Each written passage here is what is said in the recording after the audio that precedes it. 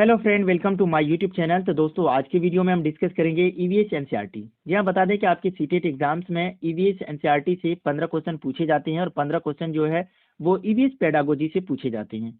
और आज जो बेसिकली हम डिस्कस करेंगे वो हम करेंगे एनसीईआरटी के बारे में, ठीक है, ईवीएस में जो कि एनसीईआरटी से क्वेश्चन पूछे जाते हैं। और आज जो हम बेसिकली जो भी डिस्कस करेंगे वो हम मेन पॉइंट डिस्कस करेंगे जिसके जिससे कि आपके एग्जाम्स में हर पॉइंट से क्वेश्चन आपको देखने को मिले, ठीक है।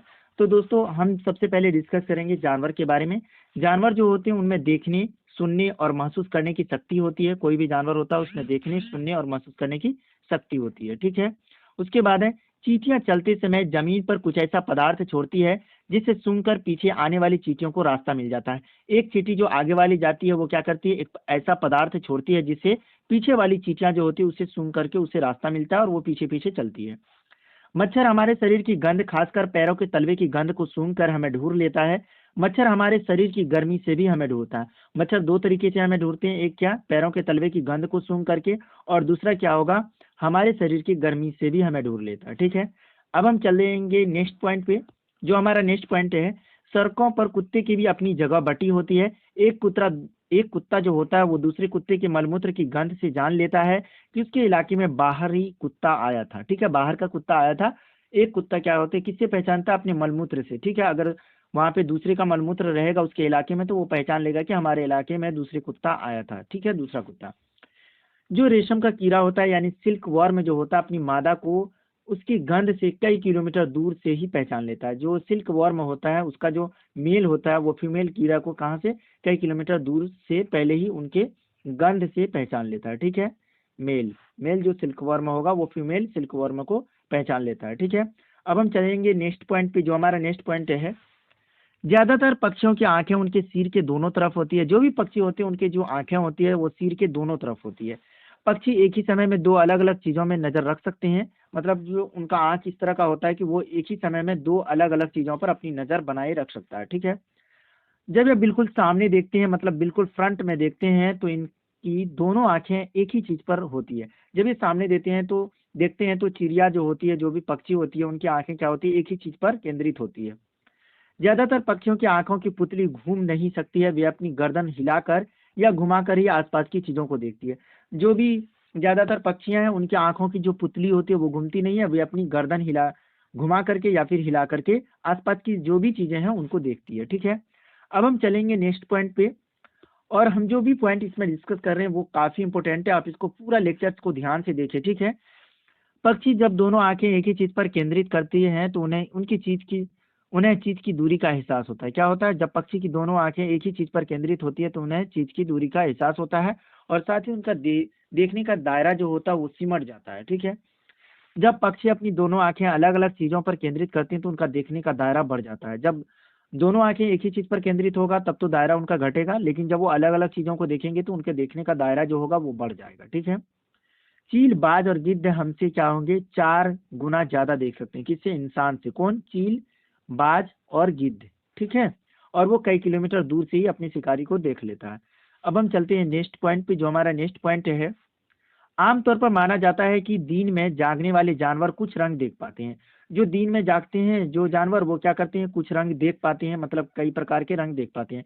लेकिन जो जानवर रात में जागते हैं वो केवल क्या देखते हैं, सफेद और काली रंग को ही देख पाते हैं। जो रात में जागने वाले जानवर है वो केवल दो, किसको, सफेद और काली को देखते हैं, जबकि दिन में जागने वाले जो जानवर होते हैं वो कई रंग को देख सकते हैं, ठीक है। सांप के जो होते हैं वो बाहरी कान नहीं होते, वो जमीन पर हुए कंपन को ही सुनता है। बल्कि आपको बता दें कि सांप जो होते हैं वो बिल्कुल बहरे होते हैं, डम्फ होते हैं, उनको कान नहीं होते, वो जमीन पर जो भी कंपन हो रहा है, वाइब्रेशन हो रहा है, उसी को वो सुनता है, ठीक है।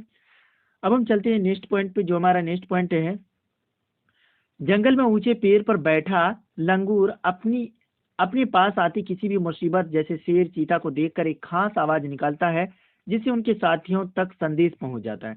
लंगूर क्या होते हैं, ऊंचे ऊंचे पेड़ पर बैठते हैं। जब वो किसी शेर को या चीता को अपने पास आते देखता है या फिर किसी भी मुसीबत को देखता है तो वो एक विशेष प्रकार की आवाज निकालता है जिससे वो क्या करते हैं, अपने साथियों को संदेश पहुंचाता है। और इस काम के लिए पक्षी भी खास तरह की आवाजें निकालती है, ठीक है। कुछ पक्षी जो होती है अलग अलग खतरों के लिए अलग अलग तरह की आवाजें निकालती हैं। कई पक्षी जो होती है जिस प्रकार का खतरा होगा उसी के अनुसार वो अपनी आवाज़ें निकालेगी। ज़मीन से आने वाले खतरे के लिए अलग प्रकार का, आसमान से खतरे के लिए अलग प्रकार का, या फिर किसी प्रकार के जानवर से उनको खतरा है तो अलग प्रकार का आवाज़ है। तो मतलब अलग अलग सिचुएशंस में वो अलग अलग प्रकार की आवाज़ निकालती है। ठीक है। मछलियाँ जो होती है वो खतरों की चेतावनी के लिए एक दूसरे को बिजली की तरंगों से जानकारी पहुंचाती है। ठीक है, यानी बिजली के झटका देती है या बिजली के तरंगों के द्वारा क्या करती है, एक दूसरे को जानकारी पहुंचाती है। ठीक है। कुछ जानवर जो होते हैं वो तूफान या भूकंप आने के कुछ समय पहले ही अजीब हरकतें करते हैं। क्या करते हैं, कुछ जानवर होते हैं वो तूफान या भूकंप आने से कुछ समय पहले ही अजीब हरकतें करने लगते हैं। जंगलों में रहने वाले लोग समझ जाते हैं कि कुछ अनहोनी होने वाला है, यानी कुछ गलत होने वाला है। कुछ जानवर जो होंगे वो क्या होंगे, सब तूफान या फिर भूकंप आएंगे उससे पहले ही क्या करेंगे, अजीब हरकत करेंगे। तो क्या होंगे, जंगल में रहने वाले लोग समझ जाते हैं कि कुछ अनहोनी यानी कुछ घटना होने वाला है। ठीक है।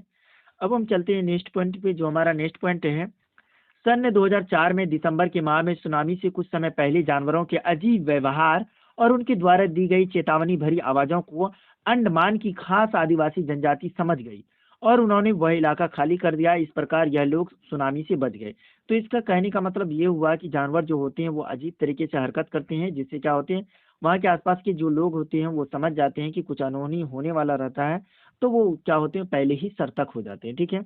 अब हम चलते हैं नेक्स्ट पॉइंट पे। जो हमारा नेक्स्ट पॉइंट है, डॉल्फिन भी अलग अलग तरह की आवाज़ें निकालती है और एक दूसरे से बात करती है। क्या होती है, डॉल्फिन हमारी मछली होती है, वो क्या करती है, अलग अलग तरह की आवाज़ें निकालती है और एक दूसरे से बात करती है। वैज्ञानिकों का मानना है कि कई जानवरों की क्या होती है, अपनी पूरी भाषा होती है। वैज्ञानिक क्या मानते हैं कि कई जानवरों की क्या है, अपनी पूरी भाषा होती है। ठीक है।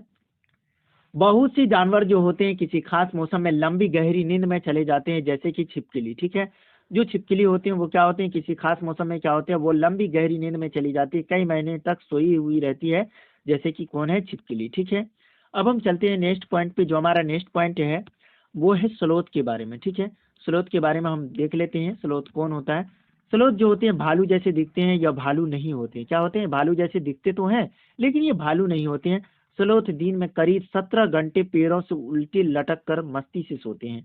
स्लोथ जो होता है वो एक दिन में 24 घंटे में कितना, 17 घंटे वो सो जाते हैं। ठीक है, वो भी उलट करके, उल्टे लटक करके सोते हैं और मस्ती में सोते हैं। स्लोथ सप्ताह में एक बार शौच करने के लिए पेड़ से नीचे उतरते हैं, यानी मलमूत्र त्याग करने के लिए वो नीचे उतरते हैं। कहाँ से, पेड़ से। ठीक है। उसके बाद स्लोथ जिस पेड़ पर रहते हैं उसी के पत्ते खाकर अपना पेट भरते हैं। स्लोथ जो भी पेड़ पर रहते हैं उसी की पत्तियां खाते हैं और अपना पेट भरते हैं।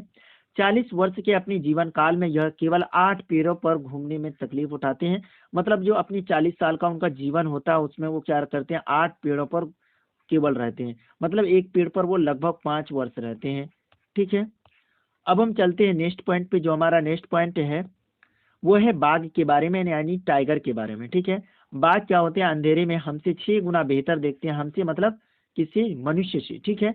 बाघ की जो मूछें होती है वो हवा से हुए कंपन को भाप लेती है, जिससे उसे शिकार की सही स्थिति का पता चल जाता है। मतलब अगर वो हवा का कंपन से कोई पत्ता हिल रहा है तो उसको भाप लेते हैं, या फिर कोई शिकारी हो रहा है तो उससे अगर पत्ते में कंपन हो रहा था उसको, दोनों को वो भाप लेते हैं। और अंधेरे में रास्ता ढूंढने में बाघ को मदद मिलती है। ठीक है। अगर वो जिस शिकार की सही स्थिति का पता लगा लेंगे अंधेरे में, किससे, अपनी मूंछ के कंपन से, तो वो अंधेरे में भी रास्ता ढूंढ लेते हैं बाघ। ठीक है। बाघ मौके के अनुसार अपनी आवाज बदलता रहता है।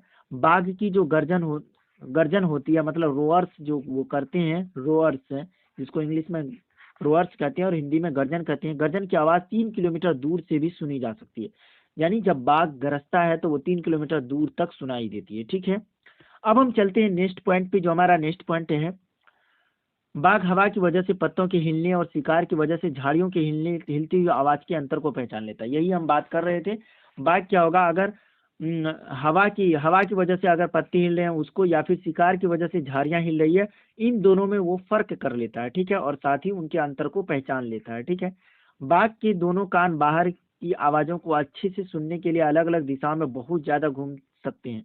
ठीक है। बाघ की जो कानें होती है वो अलग अलग दिशाओं से किस तरह की आवाज आ रहे हैं उन सबको वो पहचान लेता है, या फिर उन सबको एक बार में ही सभी आवाजों को सुन सकते हैं। अलग अलग दिशाओं में अपना कान को वो कंसंट्रेशन कर सकता है। ठीक है।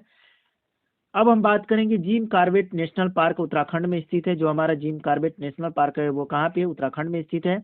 घाना पक्षी बिहार के राज्य, ये विहार, घाना पक्षी विहार जो है वो राजस्थान के भरतपुर जिले में स्थित है। घाना पक्षी विहार जिसका नाम है वो कहाँ पे है, राजस्थान के भरतपुर जिले में स्थित है। अब हम चलते हैं नेक्स्ट पॉइंट पे। जो नेक्स्ट पॉइंट है वो है सपेरों को कॉलबेलिया भी कहते हैं। जो सांप पकड़ने वाले होते हैं उनको क्या कहा जाता है, कॉलबेलिया कहा जाता है। ठीक है, सांप पकड़ने वालों को। नाग गुफन ऐसे डिजाइन रंगोली, कढ़ाई और दीवारों को सजाने के लिए सौराष्ट्र यानी गुजरात और दक्षिण भारत में प्रयोग किए जाते हैं। कौन, नाग गुफन, जिसमें यानी कि नाग के जैसे क्या रहती है, चित्रकला रहती है, डिजाइन बनी हुई रहती है, रंगोली बनाई जाती है। वो कहाँ पे, सौराष्ट्र गुजरात में, दक्षिण भारत में। कॉलबेलिया नाच में सांप जैसी मुद्राएं होती है। एक नाच होता है जिसका नाम है कॉलबेलिया, उस नाच में सांप जैसी मुद्राएं होती है।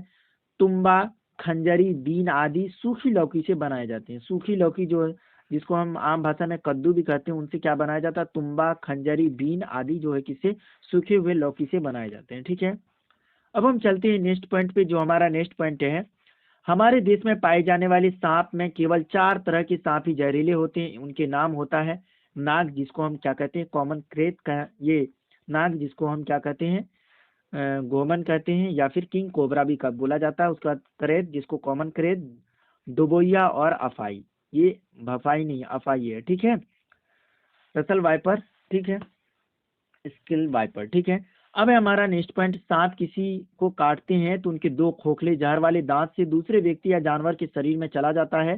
सांप के द्वारा काटे हुए व्यक्ति को सीरम नाम की दवाई दी जाती है। कौन नाम की, जो सांप अगर किसी व्यक्ति को काट लिया गया है तो उसको सीरम नाम की दवाई दी जाती है, जो सांप के जहर से ही बनाई जाती है। किससे बनाई जाती है, जो सीरम जो बनाई जाती है वो किससे, सांप के जहर से ही बनाई जाती है। जब किसी इंसान को काटता है तो क्या करता है, उनको दिया जाता है सीरम नाम की। और जब वो काटता है तो उनके 2 खोखले जहर वाले दांत होते हैं, वो किसी व्यक्ति या जानवर में चला जाता है जब सांप किसी को काटता है। ठीक है, अब हम चलते हैं नेक्स्ट पॉइंट पे। जो हमारा नेक्स्ट पॉइंट है, आत्रेयपुरम जिला जो है वो कहाँ है, आंध्र प्रदेश में है। इसको याद रखना है आपको, वेरी इंपॉर्टेंट है। आत्रेयपुरम जो जिला है वो आंध्र प्रदेश में है। भारत के विभिन्न प्रांतों में आम पापड़ को अलग अलग नाम से पहचाना जाता है। जो आम के द्वारा पापड़ बनता है वो भारत के अलग अलग क्षेत्रों में अलग अलग नाम से पुकारा जाता है। हिंदी में इसको कहा जाता है आमावट, और बंगाली में आम सोट्टो, और असम में आमटा कहा जाता है, और तेलुगु में मामिडी तंद्रा, और मराठी में अम्बावड़ी। ठीक है, जो आम पापड़ होता है उसको हिंदी में आमावट, बंगाली में आम सोट्टो, असम में आमटा, तेलुगु में मामिडी तंद्रा, और मराठी में अम्बावड़ी। ठीक है, अब हम चलते हैं नेक्स्ट पॉइंट पे। जो हमारा नेक्स्ट पॉइंट है, अब हम बेसिकली पढ़ेंगे पेट के बारे में, स्वाद के बारे में, स्वाद और पाचन क्रिया के बारे में। ठीक है, हमारे शरीर, हमारे यानी पेट का जो होता है, बेसिकली जो हमारा स्टोमेक होता है उसका तापमान जो होता है 30 डिग्री सेल्सियस होता है, सेंटीग्रेड होता है। हमारे पेट में पाए जाने वाला जो रस होता है वो अम्लीय होता है, यानी एसिडिक होता है। और हमारे पेट में जो पाया जाता है वो रस HCl, हाइड्रोक्लोरिक अम्ल पाया जाता है। ठीक है, जो खाना पचाने में भी मदद करता है। सबसे ज़्यादा भारत में चावल जो होता है वो उड़ीसा के कालाहांडी जिले में होता है। उड़ीसा में इतने अधिक चावल उत्पादन के बाद भी वहाँ के लोग जो क्या है, गरीब है। कहाँ के लोग, कालाहांडी के लोग। ये कहाँ पे है, तो ये हमारा है उड़ीसा में। ठीक है, कालाहांडी, जो कि सबसे ज़्यादा भारत में सबसे ज़्यादा चावल यहीं पे उत्पादन होता है, जबकि यहाँ पे अभी भी बहुत ज़्यादा लोग गरीब हैं। ठीक है, अब हम चलते हैं नेक्स्ट पॉइंट पे। जो हमारा नेक्स्ट पॉइंट है वो है कि मुस्लिम जो होते हैं वो कपड़े को छानने में भी यूज करते हैं। कपड़े के द्वारा वो अलग अलग चीज़ों को छानने में यूज करते हैं। ठीक है, अब एक कांच के जार, जो कांच का जो जार होता है जिसको हम मर्तबान बोलते हैं, और ये जो बने होते हैं जार वो किसके बने होते हैं, कांच के बने होते हैं। और बोतल में अचार रखने के लिए, मतलब कांच के जार में और बोतल में अचार रखने के लिए अच्छी तरह से क्या होता है, इसको सुखाया जाता है ताकि उसमें कोई नमी न रह जाए, वरना अचार खराब हो जाएगा। हम देखते हैं कि आपने देखा भी होगा कि अगर हम अचार रखते हैं किसी भी जार में जो कि कांच का बना होता है तो उसको सबसे पहले सुखा लिया जाता है ताकि उसकी नमी खत्म हो जाए। उसके बाद अचार रखा जाता है, जिससे अचार जो है वो क्या रहे, अच्छा रहे, सुरक्षित रहे, ताकि अचार क्या हो, खराब नहीं हो। इसलिए हम क्या करते हैं, सुखाते हैं, और जिससे क्या हो, उसका नमी जो है वो खत्म हो जाता है। ठीक है, एक होता है पिंचर प्लांट जिसको हम नेफेंथीज बोलते हैं। ठीक है, वो क्या होता है, उसको हम घटपर्णी पौधा भी बोला जाता है। यह हमारे भारत के मेघालय में और इंडोनेशिया में और ऑस्ट्रेलिया में पाया जाता है। ठीक है, घटपर्णी जो पीचर प्लांट होता है ये एक विशेष प्रकार की गंध को छोड़ती है, जिससे कीड़े क्या होते हैं, आकर्षित होते हैं और ये फिर उनका शिकार कर लेता है। मतलब इसका जो बेसिकली मुंह होता है उसमें क्या होता है, उसके पत्ती जो होते हैं वो ढक्कन की तरफ बने होते हैं। ये एक प्रकार का जो क्या होता है, गंध छोड़ता है, जिससे कीड़ा उसकी ओर आकर्षित होता है। जब ये कीड़ा उसके पास पहुंचता है तो वो पत्ते के द्वारा उसको ढक दिया जाता है और वो पत्ते को खा जाते हैं। कौन? जिसको हम पिचर प्लांट कहते हैं या फिर नेफेंथिस कहते हैं या फिर घटपर्णी कहते हैं। ठीक है, अब हम चलते हैं नेक्स्ट क्वेश्चन पे, जो हमारा नेक्स्ट पॉइंट है वेलक्रो। वेलक्रो जो सैंडल में खुरदरा सा हिस्सा है जिसको पहनने के बाद चिपकाया जा सकता है। जो आप देखे होंगे सैंडल में जो रहता है खुरदरा, बेल्ट टाइप का जो हमारा चप्पल होता है उसमें खुरदरा भाग रहता है जिससे क्या होगा, चिपकता है। ठीक है, और उसका आविष्कार जो है जॉर्ज दे मेस्लो ने 1948 में किया। उनको यह विचार कांटों वाले बीज से आया। किससे आया? कांटों वाले बीज होते हैं जिसमें क्या होते हैं, जिसमें चिपकने लगते हैं कोई भी चीज, उसी से विचार आया। जिससे क्या होते हैं, जो चप्पल होते हैं बेसिकली बेल्ट वाले, उसमें क्या होते हैं, खुरदरा भाग होता है जिससे चिपकता है। ठीक है, हम जब ये चप्पल पहनते हैं सैंडल टाइप से होता है। ठीक है, पौधे घूम नहीं सकते हैं, एक बार वे एक ही जगह पर रहते हैं परंतु उनके बीच लंबी यात्रा पर जाते हैं। पौधे जो होते हैं वो बेसिकली क्या होते हैं, घूमते नहीं है, वो एक ही जगह पर होते हैं, लेकिन उनके बीज जो होते हैं वो क्या करते हैं, लंबी यात्रा पर करते हैं। पौधे के जो बीज होते हैं वो कपड़े पे से चिपक कर और पानी में बहकर भी यात्रा करते हैं। जो कपड़े के बीज होते हैं वो कपड़े में चिपक जाते हैं तो वह एक जगह से दूसरे जगह चले जाते हैं और साथ ही पानी में बहकर भी वो यात्रा करते हैं। ठीक है, अब हम चलते हैं नेक्स्ट पॉइंट पे, जो हमारा नेक्स्ट पॉइंट है सोयाबीन की फली पकने पर क्या होती है, फूट जाती है और उसमें सोयाबीन के बीज निकल जाते हैं। जब सोयाबीन का जो फल होता है वो क्या हो जाता है, पकने पर फट जाता है और उनसे बीज निकल आते हैं। हरी मिर्च, टमाटर और आलू जो है वो कहाँ से आया, दक्षिण अमेरिका से आया है। ठीक है, इसको याद रखना है। जो हमारा ग्रीन चिली है, टोमेटो है या फिर पोटैटो है, ठीक है, वो सब कहाँ से आया है, दक्षिण अमेरिका से आया है। पत्ता गोभी और मटर यूरोप से आया है। पत्ता गोभी बोल लीजिए और मटर, ये दोनों कहाँ से आए हैं, यूरोप से। कॉफी बीन्स और भिंडी कहाँ से आया, अफ्रीका से आया है।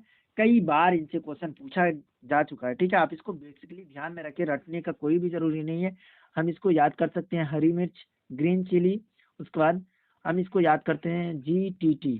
ठीक है, GTT, टोमेटो पोटैटो। ठीक है, जी से हो जाए ग्रीन चिली, टी से टोमेटो, पी से पोटैटो। ये कहाँ से आया है, दक्षिण साउथ अमेरिका से, SA से आया। ठीक है, SA से आया है। उसके बाद पत्ता गोभी या फिर मटर यूरोप से आया है। कॉफी बीन्स और भिंडी जो आया है वो कहाँ से आया है, अफ्रीका से आया। ठीक है, जो कॉफी बीन्स है और भिंडी है वो कहाँ से आया, अफ्रीका से आया है। अब हम चलते हैं नेक्स्ट पॉइंट पे, जो हमारा नेक्स्ट पॉइंट है यहाँ पे वो देख लेते हैं। ठीक है, एक है गड़ीसर झील। गड़ीसर झील जो है वो कहाँ से आया, राजस्थान के जैसलमेर से आया है। और जो गरीसर झील होता है उस घाट पर एक स्कूल हुआ करता था। जैसलमेर में 9 झीलें थी जो एक बड़ी झील से पानी बरसने पर भर जाती थी। ठीक है, जैसलमेर में बेसिकली 9 झीलें थी जो एक बड़ी झील से पानी बरसने पर भारी भर जाती थी। ठीक है, जैसलमेर में बहुत कम बारिश होती है साल के अंत में, या साल में 1 या 2 बार, कभी कभी तो साल में 1 भी बार बारिश नहीं होती है। ठीक है, जो जैसलमेर है बेसिकली वो क्या है, सुखाड़ वाला एरिया है। वहाँ पे बारिश होती नहीं है, साल में 1-2 बार होती है और कभी तो होती भी नहीं है। ठीक है, जैसलमेर में जब झीलें पानी से भर जाती है तो लोग उत्सव मनाते हैं और उनकी पूजा करते हैं। जैसलमेर में जो झीलें हैं वो क्या है, जब पानी से भर जाती हैं तो लोग क्या करते हैं, उत्सव मनाते हैं, खुशी मनाते हैं और साथ ही उनकी पूजा करते हैं। जैसे कि उत्तराखंड में नई दुल्हन की पूजा होती है, जिस तरह से उत्तराखंड में नई दुल्हन की पूजा होती है उसी तरह जैसलमेर के लोग जब झीलों में पानी भर जाते हैं तो वो क्या करते हैं, उनकी पूजा करते हैं। ठीक है, अब हम चलते हैं नेक्स्ट पॉइंट पे, जो हमारा नेक्स्ट पॉइंट है कुएं और झील के बारे में कह रहा है कि कुएं और झील जो है वो किस कारण से सूख रहे हैं, उसके बारे में हम बेसिकली पढ़ेंगे। अब जो कुएं जो वो सूख रहे हैं, किस कारण से सूख रहे हैं, पानी को मोटर से निकाला जा रहा है जिससे जमीन का पानी कम होता जा रहा है। जो हमारा भूमिगत जल झील है, पानी को मोटर से निकाला जा रहा है जिससे पानी, जमीन का जो पानी है वो कम होता जा रहा है।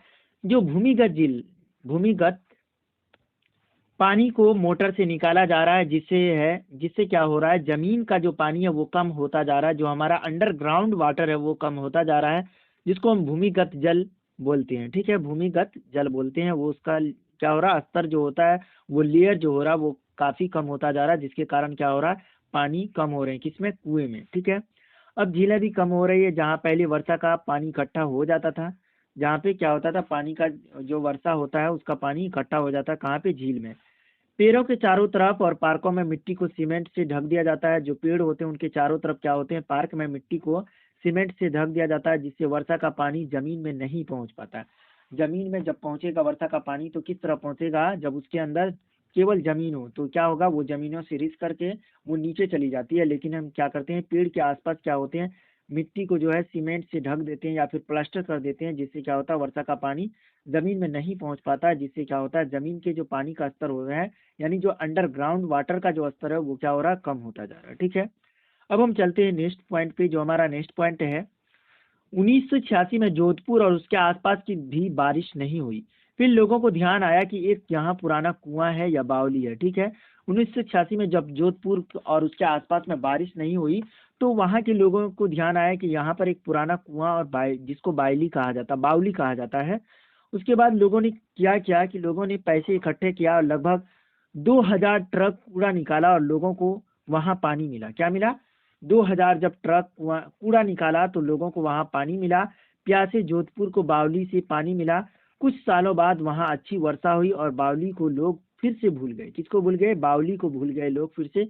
जब वहां पे जोधपुर में पानी वर्षा यानी कि अच्छी वर्षा हुई तो लोगों ने बावली को फिर से भूल गया। ठीक है, अब हम चलते हैं नेक्स्ट पॉइंट पे। जो हमारा नेक्स्ट पॉइंट है, अलबरूनी जो कहाँ से आया था, वो तजाकिस्तान से आया था भारत। ठीक है, उज्बेकिस्तान से। ठीक है, कहाँ से आया है, उज्बेकिस्तान से। अब यहाँ पे अलबरूनी ने भारत में आकर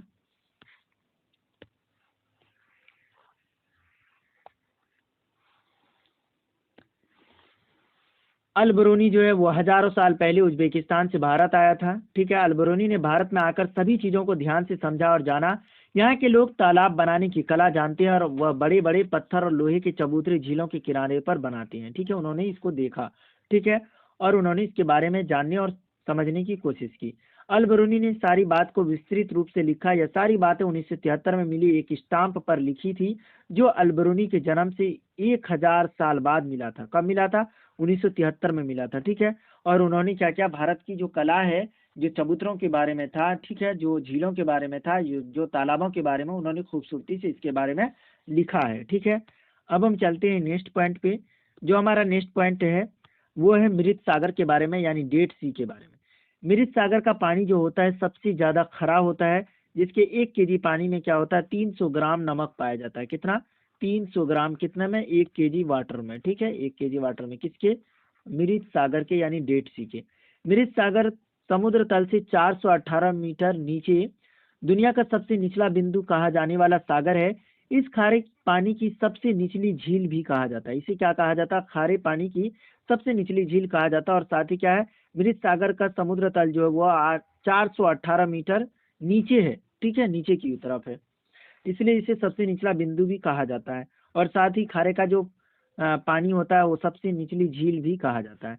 मृत सागर 1 लीटर पानी में 300 ग्राम तक नमक मिल सकता है। ठीक है, जो हमने पहले ही बता दिया। ठीक है, उसके बाद है कि मृत सागर के पानी का घनत्व जो ज्यादा होने के कारण लोग उसमें डूबते नहीं है। मृत सागर का जो पानी है, नमक ज्यादा होने के कारण, खारा ज्यादा होने के कारण इसका घनत्व जो होता है बहुत ज्यादा होता है, जिसके कारण लोग क्या होते हैं, इसमें डूबते नहीं है और उसकी सतह पर तैरने लगते हैं। जैसे मान लिया ये मृत सागर है तो लोग उसकी सतह पर इस तरह से तैरने लगते हैं। ठीक है, अब हम चलते हैं नेक्स्ट पॉइंट पे। जो हमारा नेक्स्ट पॉइंट है, 1930 में दांडी मार्च का आयोजन किया गया। किसके द्वारा किया गया था, वो महात्मा गांधी के द्वारा किया गया था, क्योंकि यह भारतीयों को समुद्र से नमक बनाने की इजाजत नहीं थी। किसके कारण, ठीक है, वो कारण कानून था, असहयोग आंदोलन उन्होंने चलाया था। ठीक है, और ये 1930 में दांडी मार्च का आयोजन किया था। किसने किया था, महात्मा गांधी ने किया था। ठीक है, और इसका बेसिकली विरोध करने का जो कारण था वो क्या था, समुद्र से नमक बनाने की इजाजत भारतीयों को नहीं थी। ठीक है, दांडी मार्च अहमदाबाद से गुजरात के समुद्र के किनारों तक चली थी। दांडी मार्च जो चला था वो कहाँ से, अहमदाबाद से और गुजरात के समुद्र तक। ठीक है, अब हम चलते हैं नेक्स्ट पॉइंट पे। जो हमारा नेक्स्ट पॉइंट है वो है मलेरिया में बुखार में कपकपी और ठंड के साथ आता है। मलेरिया जो बुखार होता है वो किस तरह से आता है, तो वो कपकपी और ठंड के साथ आता है। मलेरिया की दवा सिनकोना पेड़ की छाल से बनाई जाती है। जो मलेरिया है उसकी जो दवा बनाई जाती है वो सिनकोना पेड़ की छाल से बनाई जाती है। लोहा या आयरन हमें गुड़, आंवला और साथ ही पालक के, ठीक है, पालक से मिलती है और साथ ही बहुत से हरी पत्तियों वाली सब्जियों में मिलता है। क्या, लोहा जिसको हम आयरन बोलते हैं वो गुड़ में मिलता है, आंवला में और पालक में, और कई प्रकार की हरी पत्तियों वाली सब्जियों से मिलता है। मक्खियों में कई तरह की बीमारियां होती है। जो मक्खी होती है उससे कई प्रकार की बीमारियां होती है।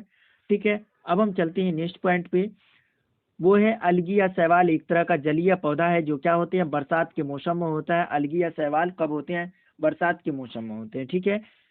रेनॉल्ड रोस ने सबसे पहले बताया कि मलेरिया मच्छरों से फैलता है। सबसे पहले किसने बताया कि मलेरिया जो वो मच्छरों से फैलता है, तो वो रेनॉल्ड रोस है। और इनको क्या हुआ है, 2000 के लगभग नोबेल पुरस्कार से सम्मानित भी किया जा चुका है, ठीक है। मलेरिया एक कोशिका वाले पैरासाइट से यानी परजीवी से होता है, जिसे हम प्लाज्मोडियम कहते हैं।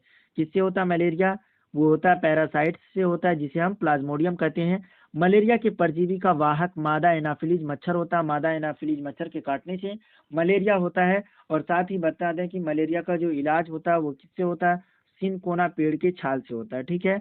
और जो इसकी खोज की गई थी मलेरिया की टीका की खोज, वो किसने की, मलेरिया के बारे में सबसे पहले किसने बताया था कि ये होता है, तो मच्छरों के काटने से होता है, वो रेनॉल्ड रोज के बारे में। मलेरिया के टीके की खोज किसने किया है, एडवर्ड जेनर ने किया है, ठीक है।